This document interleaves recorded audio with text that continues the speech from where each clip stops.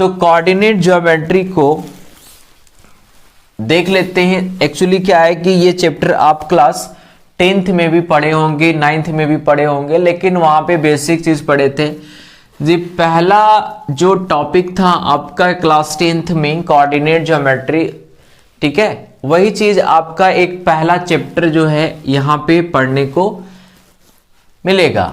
Simple बात है, ध्यान से रखिएगा, ठीक है बालक, ध्यान दीजिएगा। कोई प्रॉब्लम होगी बताइएगा कमेंट सेक्शन में जरूर, ठीक है। तो सबसे पहले अगर हम बात करेंगे कोऑर्डिनेट ज्योमेट्री में क्लास 11th में क्या क्या आपको पढ़ना है, तो पहला चैप्टर आपका आता है स्ट्रेट लाइन। स्ट्रेट लाइन आता है, ठीक है, और दूसरा पार्ट है इसका कोनिक सेक्शन, और तीसरा आपको पढ़ना है 3 डायमेंशन यानी कि 3D, ठीक है। अब यहां पे देखिए कि स्ट्रेट लाइन में आपको कौन कौन से टॉपिक जानने हैं, कौन कौन से टॉपिक आपके लिए काफी महत्वपूर्ण होंगे, जो इन फ्यूचर अगर कोई एग्जाम में आप बैठते हैं तो वहां पे काम आने वाला है। सिंपल, ठीक है।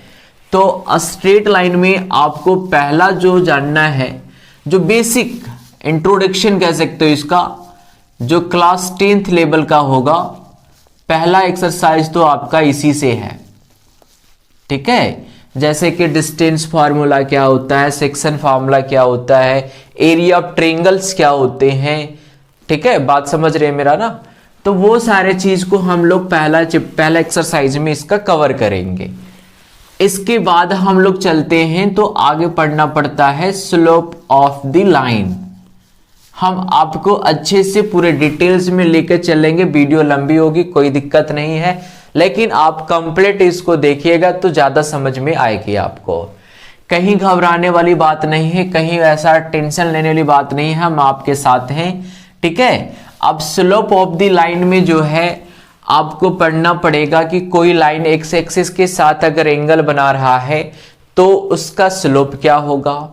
फिर आपको आगे पढ़ना होगा कि कोई लाइन है जब 2 पॉइंट से पास कर रही है तो उसका स्लोप क्या होगा, ठीक। फिर हम लोग पढ़ेंगे कि 2 लाइन अगर हमारा पैरेलल है तो दोनों लाइन के बीच का स्लोप क्या होगा। फिर पढ़ेंगे कि अगर 2 लाइन हमारा परपेंडिकुलर है तो उसके स्लोप का रिलेशन क्या देंगे, ठीक है। फिर अगले टॉपिक में हम लोग क्लियर करेंगे कि 2 लाइन अगर आपस में जाकर के इंटरसेक्ट करती है तो एक एंगल फॉर्म होता है, तो वो एंगल को हम कैसे फाइंड करेंगे, समझ रहे हैं मेरा बात को, ठीक है। उसके बाद स्लोप खत्म होगा, उसके बाद आप पढ़िएगा equation of the line, equation of the line. अब इसमें क्या है कि इक्वेशन ऑफ द लाइन में हम लोग को जानना पड़ेगा, एकदम बेसिक से जानेंगे, कहीं आपको जानने की जरूरत नहीं है। अगर खा पी करके नहीं देख रहे हैं वीडियो तो पहले अच्छे से जाकर के नाश्ता उस्ता कर लीजिए, क्योंकि वीडियो होने वाली है लंबे, बहुत सारे पार्ट इसके आने वाले हैं। तो कृपया करके कंप्लीट देखें ताकि आपको अच्छे से समझ में आएगी, है ना। तो आगे चलते हैं, इक्वेशन ऑफ द लाइन का बात कर रहा है। इसमें हम लोग जानेंगे कि अगर कोई line parallel to x axis है, पैरेलल टू वाई एक्सिस है, तो वो सारे लाइन का इक्वेशन क्या होंगे, सिंपल बात है ना। इसके बाद हम लोग पढ़ेंगे कि अगर कोई लाइन है, ठीक है, जो किसी पॉइंट से पास कर रहा है, उसका स्लोप गिवन है तो उसका इक्वेशन क्या होगा। ये सारे टॉपिक है और ये हर एक टॉपिक को हम अच्छे से क्लियर करते चलेंगे, आपको टेंशन नहीं लीजिए आप। इसके बाद हम बढ़ेंगे कि भाई 2 पॉइंट के बीच का 2 पॉइंट से अगर लाइन हमारा जा रहा है तो उस लाइन का इक्वेशन क्या होगा। फिर हम लोग देखेंगे कि अगर मान के चलिए इक्वेशन में ही पढ़ना है हम लोग को इंटरसेप्ट फॉर्म में, कि इंटरसेप्ट अगर दे रखा है, अगर एक्सिस का और स्लोप गिवन है तो उसका इक्वेशन क्या होगा। फिर हम लोग को जानना है कि अगर 2 इंटरसेप्ट दे रखा है, एक्स इंटरसेप्ट और वाई इंटरसेप्ट, तो उसका इक्वेशन क्या बनेंगे, समझ रहे मेरा बात को, ठीक है। फिर आगे पढ़ेंगे हम लोग normal type of normal form of the equation क्या होता है, distance between point from the line क्या होता है, ये सारे चीज को हम लोग कवर करने वाले हैं स्ट्रेट लाइन में। उसके बाद हम लोग एक्सरसाइज का क्वेश्चंस को कंप्लीट करेंगे एक्सरसाइज क्वेश्चन, है ना। कहीं प्रॉब्लम होगी तो बताइएगा आप, ठीक है। तो जाहिर सी बात है कि इस चैप्टर में थोड़ा सा आपको समय देना होगा, क्योंकि इसमें बहुत सारे टॉपिक पढ़ने हैं आपको, बहुत सारे अच्छे चीजों को जानना होगा, ठीक है। एक चीज देखिए, ध्यान दीजिएगा कि बच्चे सभी कोई पढ़ते हैं, ठीक है, चैप्टर सभी कोई बच्चे कंप्लीट करते हैं, लेकिन जो तेज बच्चा होता है या फिर कह सकते हो स्मार्ट बच्चा होता है पढ़ाई को लेकर के, वो क्या करता है कि जो चैप्टर को पढ़ाया जा रहा है ना, तो उसका एक क्विक शॉर्ट निकाल देता है, मतलब रिवीजन शॉर्ट्स तैयार करता है। कि जैसे कि हमने अगर स्ट्रेट लाइन पढ़ा तो स्ट्रेट लाइन में जितने भी टॉपिक हैं तो उस टॉपिक से कौन कौन से फॉर्मूले निकल रहे हैं उसको एक जगह लिख लेता है वो, ठीक है। ये पढ़ने का ना सबसे अच्छा तरीका है, कह सकते हो एक तरह से कि इन फ्यूचर अगर आपको कहीं प्रॉब्लम होगी तो वो शॉर्ट्स नोट्स को लेकर के देख करके आप ये चीज क्लियर कर लेंगे कि मेरा प्रॉब्लम कहाँ हो रहा है, वो प्रॉब्लम को आप सॉल्व कर पाएंगे, ठीक है। तो ये कुछ है हमारा पूरे स्ट्रेट लाइन का जो हम लोग को जानना है, ठीक। अब आते हैं हम लोग कोनिक सेक्शन में, और कोनिक सेक्शन में सबसे पहले आपको जो जानना है वो जानना है सर्कल के बारे में। सर्कल के बारे में जानना है, यानी सर्कल के बारे में वो चीज नहीं जानना आपको कि एरिया कैसे फाइंड करते हैं ना, वो तो हम लोग 10th क्लास में देख चुके थे, पढ़ चुके थे। सर्कल में सर्कल से रिलेटेड एरिया के बारे में बहुत सारी चीज पढ़े थे 10th क्लास में, बेसिक चीज जाने थे। लेकिन यहाँ पे आपको जानना होगा इक्वेशन ऑफ द सर्कल। दो इक्वेशन होते हैं, एक जनरल इक्वेशन होगा और दूसरा हमारा स्टैंडर्ड इक्वेशन होगा। ये सारे पोर्शन को हम कवर करेंगे पूरे चैप्टर्स में, ठीक है। इसके बाद कोनिक सेक्शन के बाद कोनिक सेक्शन में सर्कल के बाद आपको एक और चैप्टर है यहाँ पे, वो होता है पाराबोला, ठीक है। बहुत सारे चीज के बारे में जानेंगे, नया नया नाम सुन रहे होंगे आप लोग, तो आपको बता दें कि ये सारे चीज को हम लोग जानेंगे अच्छे से कि पाराबोला क्या होता है, कितने टाइप्स के होते हैं, उसके इक्वेशन क्या होते हैं। मेनली यहाँ पे हम लोग को जो भी फोकस करना है वो इक्वेशन को फोकस करना है, ये चीज दिमाग में आप डाल लो, ठीक है। कि जो भी हम लोग को यहाँ पे जानकारी लेना है या पढ़ना है तो इक्वेशन से रिलेटेड हम लोग को लेना है, ठीक है। फिर हम लोग चलेंगे आगे और ले लेंगे यहाँ पे एलिप्स, ठीक। अब एलिप्स को अगर लेंगे हम लोग तो एलिप्स से जो भी जानना है हम लोग को वो सब का सब इक्वेशन से जानना है, यानी कि एलिप्स का इक्वेशन क्या होगा, टाइप्स ऑफ एलिप्स कितने होते हैं, ठीक है, उसके इक्वेशन क्या होते हैं, वो सारे चीजों को हम यहां पे देखेंगे, ठीक है। एलिप्स के बाद आपको एक जानना है हाइपरबोला के बारे में, ठीक है। बात समझ रहे मेरा, पाराबोला, हाइपरबोला, एलिप्स, ठीक। तो ये सारे चीज जो है कोनिक सेक्शन के पार्ट हैं। इसमें टोटल का टोटल हम लोग इक्वेशन जानेंगे इसका, ठीक है। बात समझ में आ रहा है। इसके बाद आपको 3 डायमेंशन पढ़ना होगा, लास्ट टॉपिक होगा। और एक इसमें और है टॉपिक एप्लीकेशन ऑफ 3D, ठीक है। बात समझिएगा, एप्लीकेशन ऑफ 3D, और ये कंप्लीट होता है आपका क्लास 11th का कोऑर्डिनेट ज्योमेट्री। तो इतने सारे चैप्टर को जो है हम लोग को जानना पड़ेगा, ठीक है। बात समझ में आ रहा है आपको? अगर आपको बात समझ में आ रही है तो लाइक कर दें, है ना, दबा करके ठोक करके शेयर एंड सब्सक्राइब करना नहीं भूलेंगे आप, ठीक है। सिंपल सी बात है, ठीक है बच्चों। तो आगे बढ़ते हैं हम लोग और पहला चैप्टर को स्टार्ट करते हैं। पहला चैप्टर आपका स्ट्रेट लाइन है। स्ट्रेट लाइन के बारे में हम लोग पढ़ेंगे, बेसिक इंट्रोडक्शन करेंगे हम लोग, जो आप क्लास 10th में पढ़े थे, क्या पढ़े थे क्या नहीं पढ़े थे, यहाँ पे हम देख लेते हैं, ठीक। कहीं दिक्कत होगी तो जरूर बताइएगा आप। तो पहला चैप्टर हम लोग स्टार्ट करते हैं स्ट्रेट लाइन के बारे में पढ़ेंगे, ठीक है। कौन सा चैप्टर बच्चों? स्ट्रेट लाइन के बारे में पढ़ेंगे दोस्तों, स्ट्रेट लाइंस के बारे में। बहुत मजा आने वाला है। बहुत सारे बच्चों का जो प्रॉब्लम होती है वो कोऑर्डिनेट ज्योमेट्री में होती है, लेकिन मैं आपको बता दूं कि अगर आप थोड़ा सा धैर्य रखोगे तो ये चैप्टर बहुत मजा आने वाला है, बहुत मजे से पढ़ोगे आप, कहीं भी प्रॉब्लम नहीं होगी, ठीक है। तो स्ट्रेट लाइन के बारे में देख लेते हैं। उसके पहले आप थोड़ा सा ध्यान दीजिएगा कि आप इस तरह का जो है चीजों के बारे में पहले से आप परिचित होंगे, ध्यान दीजिएगा, ठीक है। देखिए ये तो आपको मालूम है कि ये जो है आपका वो एक्सिस है, जहां पे ये आपका एक्स एक्सिस है, ये आपका वाई एक्सिस है,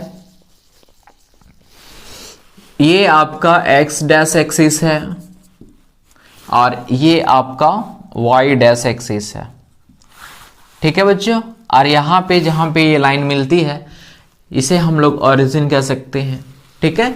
अब हम इसका क्या करते हैं, चलिए ये नंबरिंग कर देते हैं 1 2 3 4 5, ये आगे चलते जाएगा। इधर में लेते हैं -1 -2 -3 -4 -5 और ये आगे चलते जाएगा, है ना बच्चों। इधर जाएंगे तो y पॉजिटिव होगा, 1 2 3 4। इधर में जाएंगे तो -1 -2 -3 -4 -5। ऐसा नहीं कि -5 तक जाता है या 5 तक जाता है, वो और आगे बढ़ते जाएगा, ठीक है। एरो का साइन का मतलब ही होता है बेटा कि वो और आगे जाएगा। ध्यान दीजिएगा यहाँ पे, है ना, समझ रहे हो मेरा बात को, क्या कह रहे हैं हम। थोड़ा सा आप फोकस कीजिएगा, कोई दिक्कत होगी तो कमेंट जरूर कीजिएगा, है ना। देखिए सिंपल सी बात है। तो अब हम लोग को यहाँ पे एक चीज ये जानना है कि अगर कोई भी पॉइंट है, ठीक है, कोई भी पॉइंट कोई भी क्वाड्रेंट में हो तो उसका कोऑर्डिनेट कैसे निकालते हैं। सबसे पहले आप समझ जाइएगा कि कोऑर्डिनेट का मतलब होता है कि उस पॉइंट का, जैसे कि हमने यहाँ पे एक बिंदु लिया, ठीक है, यहाँ पे हमने एक पॉइंट लिया P। अब अगर आपसे ये पूछें कि P पॉइंट का कोऑर्डिनेट क्या होंगे तो आपको तुरंत बतानी होगी कि P पॉइंट का जो दूरी है x एक्सिस से और y एक्सिस से वो कितनी है ना। तो आप तुरंत क्या करोगे कि वो तुरंत मिलाओगे कि x एक्सिस पे भाई कहां पे जा रहा है, ठीक। तो देखा हमने कि 3 पे जा रहा है, ठीक है। फिर आप देखोगे कि वो पॉइंट जो है y एक्सिस पे कहां पे जाके मिल रही है, ठीक। तो y एक्सिस पे कहां पे मिल रही है, 2 पे। तो पॉइंट P का जो कोऑर्डिनेट हो जाता है आपका बच्चों वो कितना होगा, 3,2। अब आता है बहुत सारे सवाल कि सर पहले हम 2 क्यों नहीं लिख सकते हैं, बाद में क्यों लिखें हम। तो एक चीज याद रखोगे बेटा कि जब भी कोऑर्डिनेट लिखा जाता है तो पहले x वाले को लिखा जाता है, उसके बाद y वाले को लिखा जाता है, ठीक है। समझ रहे हो मेरा बात को। और वैसे भी अगर आप देखो तो अल्फाबेटिक में, अलजेब्रिक में पहले x आता है, उसके बाद y आता है, फिर z आता है ना। तो y फिर कैसे आप लिख दोगे। अरे समझे बालक, ध्यान दीजिएगा यहाँ पे, है ना। तो अब एक और पॉइंट लेते हैं हम, और ये पॉइंट हम मान लेते हैं कि यहाँ पे लेते हैं, ध्यान दीजिएगा, ठीक है। यहाँ पे पॉइंट ले लिए हमने Q। ये सारी चीज आप 9वीं क्लास में पढ़े होंगे। कौन सी क्लास में बालक, 9वीं क्लास में। वाह बेटा, समझ में आ रहा है ना क्या बोल रहे हैं हम, ठीक है। आप 9वीं क्लास में ये सारे चीज को पढ़े होंगे, और नहीं पढ़े होंगे तो आपकी गलती नहीं है, आपके जूनियर टीचर की गलती है ना। तो चलिए सर आप थोड़ा सा देख लेते हैं कि इस पॉइंट का कोऑर्डिनेट क्या हो सकती है। तो हम पहले x एक्सिस को अगर मिलाते हैं, ठीक है, तो ये 5 पे मिल रहा है तो यहाँ पे 5 हो जाएगा। फिर हम देखते हैं कि ये हमारा कहाँ पे मिलेगा, y एक्सिस में, ठीक है। तो कहाँ पे मिल रहा है भाई, तो 2 पे मिल रहा है। सिंपल सी बात है भाई, ग्राफ नहीं है, आप समझ सकते हो ना इस चीज को। ग्राफ कॉपी नहीं है, ग्राफ पेज नहीं है जो हम एग्जैक्ट आपका बता दें कि कितना आ रहा है ना। एक एस्टिमेट कर लेते हैं कि ये हमारा 5 पे मिल रहा है और ये हमारा -2 पे मिल रहा है ना दोस्त। तो ये इस तरीके से हम क्या कर सकते हैं कि कोई भी पॉइंट का हम कोऑर्डिनेट निकाल सकते हैं। ये चीज आपको मालूम होगा, ठीक है, कोई दिक्कत तो नहीं है, सिंपल सी बात है। आप कहीं पे भी पॉइंट ले लो, मान के चलो कि हमने यहाँ पे पॉइंट लिया, ठीक। तो अगर यहाँ पे पॉइंट लिया तो इस पॉइंट का कोऑर्डिनेट आप क्या लिखोगे, ध्यान दे दें। तो सबसे पहले आपको मिलाना पड़ेगा x एक्सिस पे। कहां पे मिलाना पड़ेगा, x एक्सिस पे मिलाना पड़ेगा। और ये x एक्सिस कहां पे मिल रहा है भाई, ये x एक्सिस मिल रहा है -3 पे, तो -3 हो जाएगा। फिर अगर अब आप देखें कि y एक्सिस में ये कहाँ मिल रहा है, तो -4 में मिल रहा है ना भाई, देख लो। तो ऐसे करके आप क्या करोगे, कोई भी पॉइंट का, सॉरी ये थोड़ा सा सीधा नहीं है ना, देख लेना थोड़ा सा, चलिए। तो ऐसे करके जो है आप क्या करोगे कि कोई भी पॉइंट का कोऑर्डिनेट निकाल सकते हो, कोई भी पॉइंट का कोऑर्डिनेट निकाल सकते हो। कोऑर्डिनेट निकालने का मतलब हो जाता है कि आप क्या कर रहे हो कि उस बिंदु को स्थिति बता रहे हो, पोजीशन बता रहे हो, कहां से, एक्स एक्सिस और वाई एक्सिस से, है ना। तो जो डिस्टेंस होते हैं वही तो उसके कोऑर्डिनेट होते हैं, ठीक है।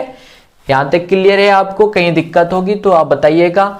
चलिए, सबसे पहले एक महत्वपूर्ण चीज आपको ये जानना होगा है कि जितने भी हमारे एक्स एक्सिस वाई एक्सिस, देखिए 4 टुकड़ा में बटा हुआ है ये, है ना, 1 2 3 4। इधर वाले को हम कहते हैं फर्स्ट क्वाड्रेंट, ठीक है। अब क्वाड्रेंट का मतलब होता है चौथाई, समझ रहे मेरा बात को। जैसे कि हमने एक रोटी लिया, ठीक है, रोटी गोल होता है कि नहीं। अब बहुत सारे बालक बोलेंगे नहीं सर चपटे भी होते हैं, अरे भाई अधिकतर रोटी गोल होता है ना। तो इसको जब आप 4 बराबर भाग में बांट दोगे ना, तो इसका एक पार्ट को ही हम कहते हैं क्वाड्रेंट। क्या कहते हैं बालक, क्वाड्रेंट कहते हैं, ठीक है। तो सिंपल सी बात है, ध्यान दीजिए यहाँ पे कि ये जो मेरा पोर्शन होगा, ये पोर्शन हमारा कहलाएगा फर्स्ट क्वाड्रेंट। क्या कहलाएगा, फर्स्ट क्वाड्रेंट, मतलब प्रथम चतुर्थांश, ठीक है। इसके बाद हम यहां पे चलेंगे तो ये हो जाएगा आपका सेकेंड क्वाड्रेंट। कौन सा क्वाड्रेंट, सेकेंड क्वाड्रेंट। फिर हम यहां पे आएंगे जब, तो ये हो जाएगा आपका थर्ड क्वाड्रेंट, और यहां पे चले जाओ ये हो जाएगा आपका फोर्थ क्वाड्रेंट, ठीक।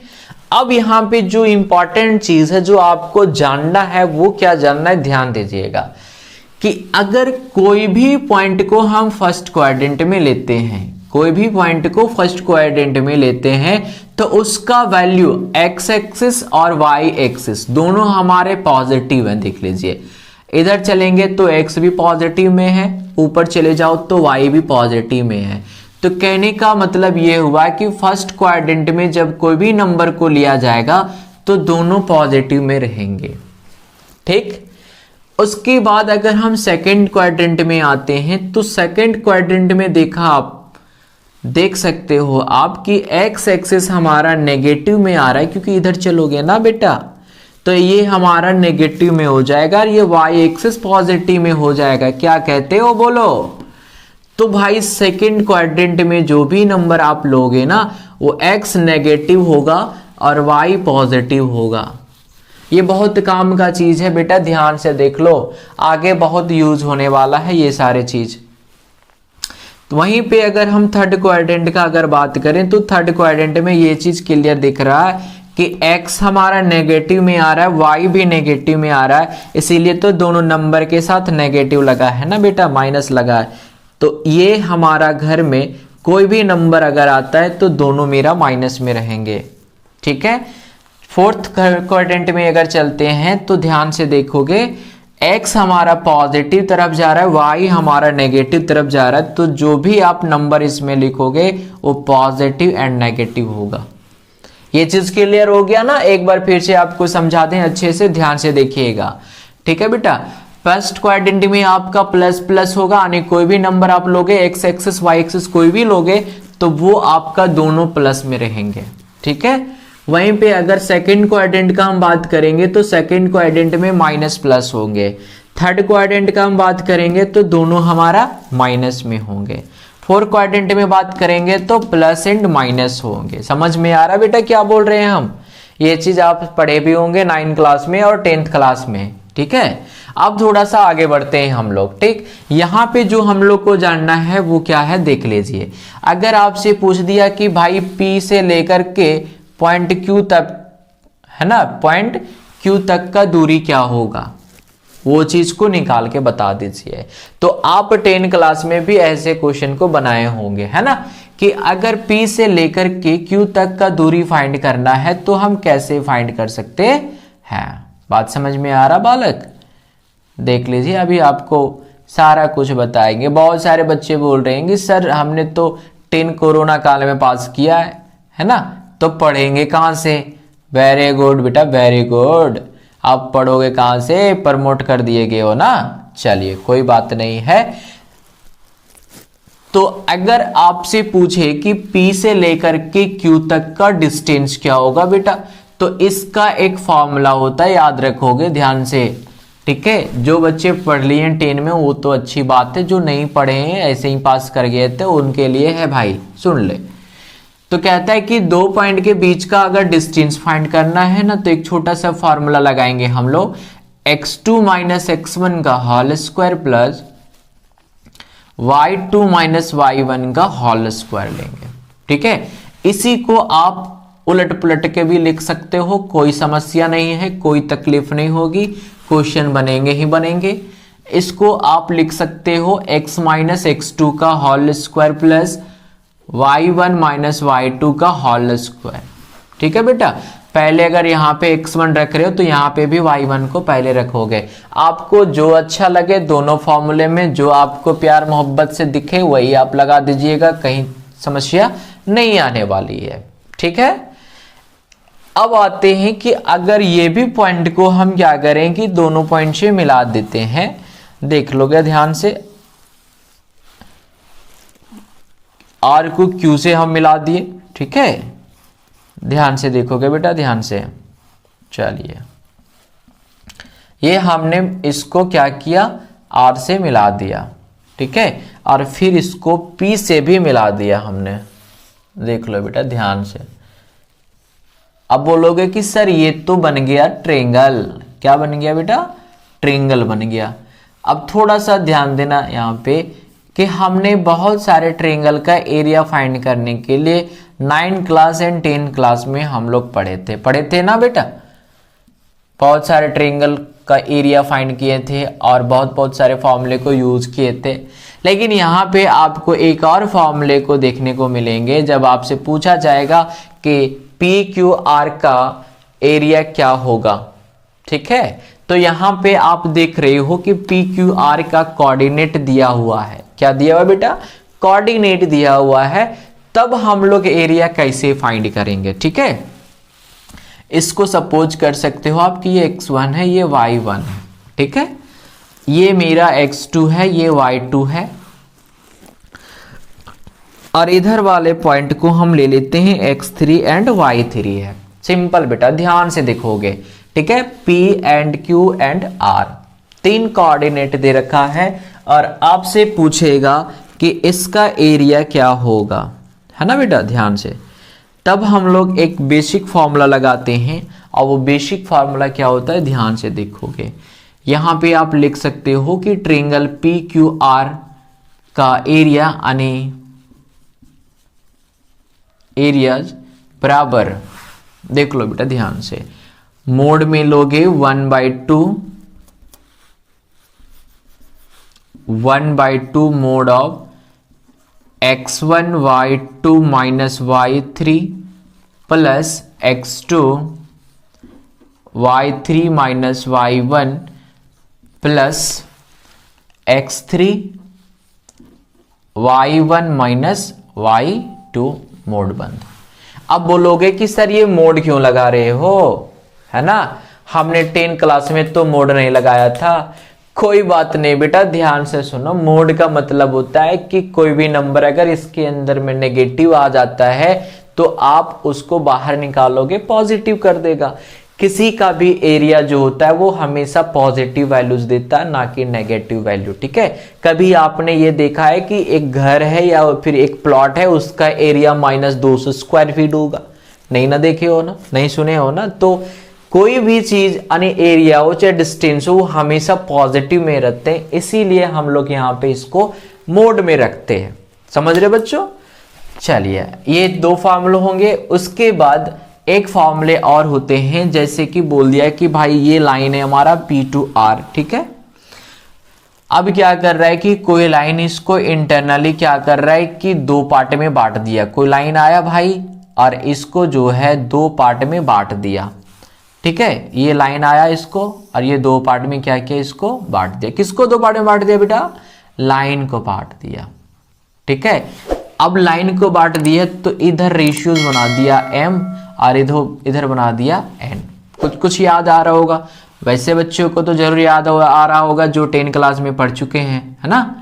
बस बेटा वही सब है, 10 क्लास का ही पोर्शन है। इसके बाद इस टॉपिक के बाद हम लोग स्टार्ट करेंगे क्लास 11 का टॉपिक। लेकिन ये भी जानना बहुत जरूरी था क्योंकि आगे बहुत काम आएगा ये, ठीक है। तो कोई एक लाइन है जो इंटरनली क्या कर रहा है, इस लाइन को इंटरसेक्ट कर दे रहा है, ठीक है, कट करके आगे निकल जा रहा है। साथ ही साथ ये रेशियो बता दे रहा है कि ये m रेशियो n में क्या किया, इसको भाग दे दिया, मतलब डिवाइड कर दिया, ठीक है। तो आप बताइए कि यहां पे जहां से ये पॉइंट लाइन गुजर रही है, इस लाइन का जो है वो आपका कोऑर्डिनेट क्या होगा, है ना बेटा, यानी कि ए पॉइंट का कोऑर्डिनेट क्या होगा, ठीक है। तो जिसको हम लोग कह सकते हो कि ये आपका सेक्शन फॉर्मूला हो जाएंगे। कौन से फॉर्मूला बेटा, सेक्शन फॉर्मूला, ठीक है, ध्यान दीजिएगा। तो सेक्शन फॉर्मूला को हम लोग ऐसे लिखते हैं, जैसे कि अगर यहाँ पे a का कोऑर्डिनेट निकालना है तो आपको x का वैल्यू निकालना होगा एंड y का वैल्यू निकालना होगा। तो इसीलिए हम लोग जो है यहाँ पे x बराबर हम लोग फॉर्मूला लिखते हैं mx2 प्लस nx1 बट्टे में m प्लस n लिखोगे, है ना बेटा। और y के लिए आप फॉर्मूला लगाओगे my2 plus ny1 upon m plus n लिखोगे, ठीक है बेटा, ध्यान देना यहाँ पे, ठीक। यानी कि m रेशियोज n में अगर कट किया तो यहाँ वाले पॉइंट का कोऑर्डिनेट आप इस फॉर्मूले से लगाओगे, सेक्शन फॉर्मूले से लगाओगे, जहां पे x बराबर mx2 प्लस nx1 बटे m प्लस n होगा, y बराबर में my2 प्लस ny1 बटे m प्लस n होगा। अब बहुत सारे बालक ये बोल रहे हैं कि सर x1 x2 कहाँ से लेंगे, यहाँ तो x3 y3 है। तो मेरे भाई सुन, यहाँ पे जब दो पॉइंट को अगर लेंगे ना हम लोग, तो पहले वाले को x1 y1 लेना और दूसरे वाले को x2 y2 लोगे। सिंपल बात समझ में आ रही है या नहीं समझ में आ रही है, ठीक है। तो ऐसे करके हम लोग क्या कर सकते हैं, वैल्यूज फाइंड कर सकते हैं इस कोऑर्डिनेट का, ठीक है। इसी में भाई ये भी हो सकता है कि अगर ये इंटरनली पास कर रहा है और यदि m रेशियो n बराबर हो, m रेशियो n क्या हो, बराबर हो, तो आप कैसे फाइंड करोगे x। तो यहां पे लगाओगे बेटा x बराबर